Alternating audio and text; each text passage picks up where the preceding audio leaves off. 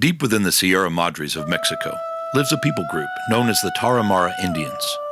In their native language, Tarahumara means, literally, light-footed ones. This indigenous group is renowned for their ability to run great distances over very harsh and rugged terrain. The typical race covers more than 300 miles in 2 days through canyons and over mountains. Contestants endure the oppressive heat of the day and continue running throughout the night. When the sun begins its descent and darkness engulfs the course, members of the tribe will carry torches and run alongside their friend to light their path and encourage them to press on. These super athletes are not clad in the latest gear from Nike or Adidas. Rather, the Tarahumara run barefoot or in primitive sandals made from leather or old tires. There are no corporate sponsors or promises of lucrative endorsement deals. When it comes to ultra-distance running, nothing can beat a Tarahumara runner.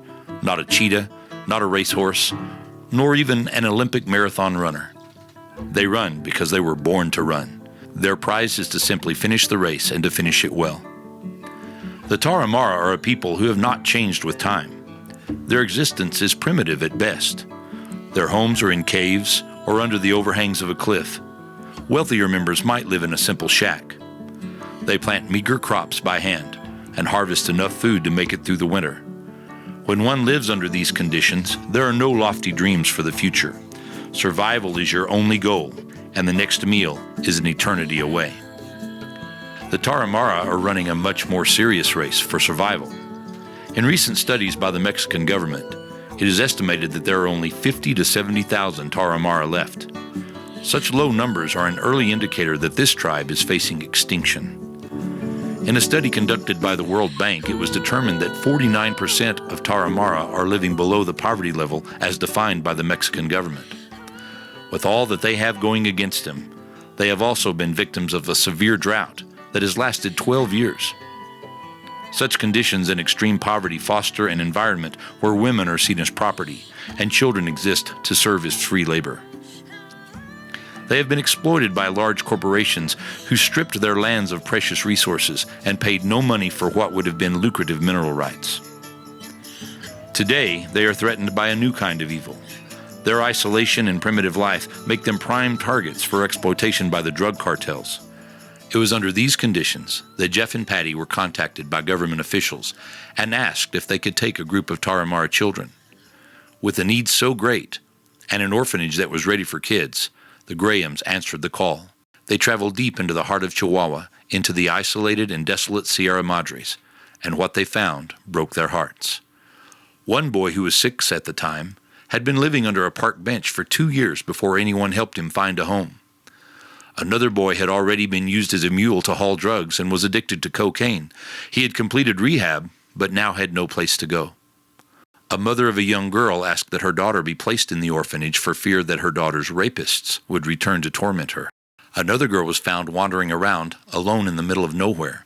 Her mother was an alcoholic, passed out at home, oblivious to their daughter's whereabouts.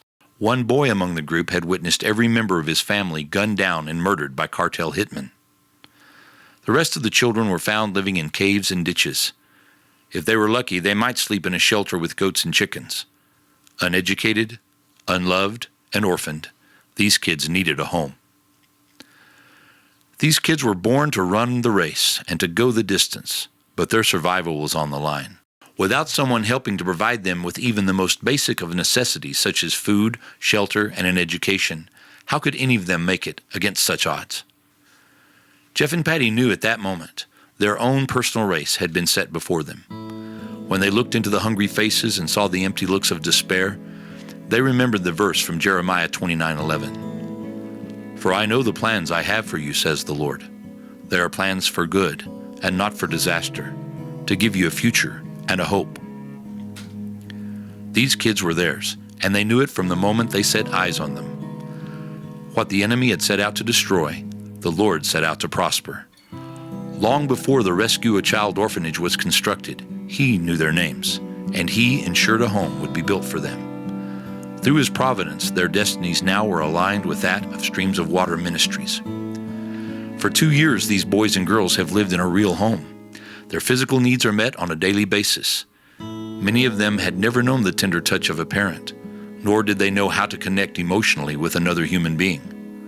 Today they have house parents who care for them and connect with them emotionally. They have become a family and live as brothers and sisters. Their spiritual needs are met through the sound biblical teaching they receive daily. The walls and roof over their heads provide a sense of security that they never knew before. An environment has been created where they can be kids and play the games that little girls and boys play. The goal of Streams of Water Ministries is simple. They desire that each one of the kids who has been entrusted to them grows up knowing that his future is bright. These children are taught that with hard work and diligence, they can accomplish anything they set their mind to, and that the sky is the limit. They will be a voice for their generation, and they are the leaders of tomorrow. Perhaps some will return home as leaders to the Tarahumara people and help transform their culture.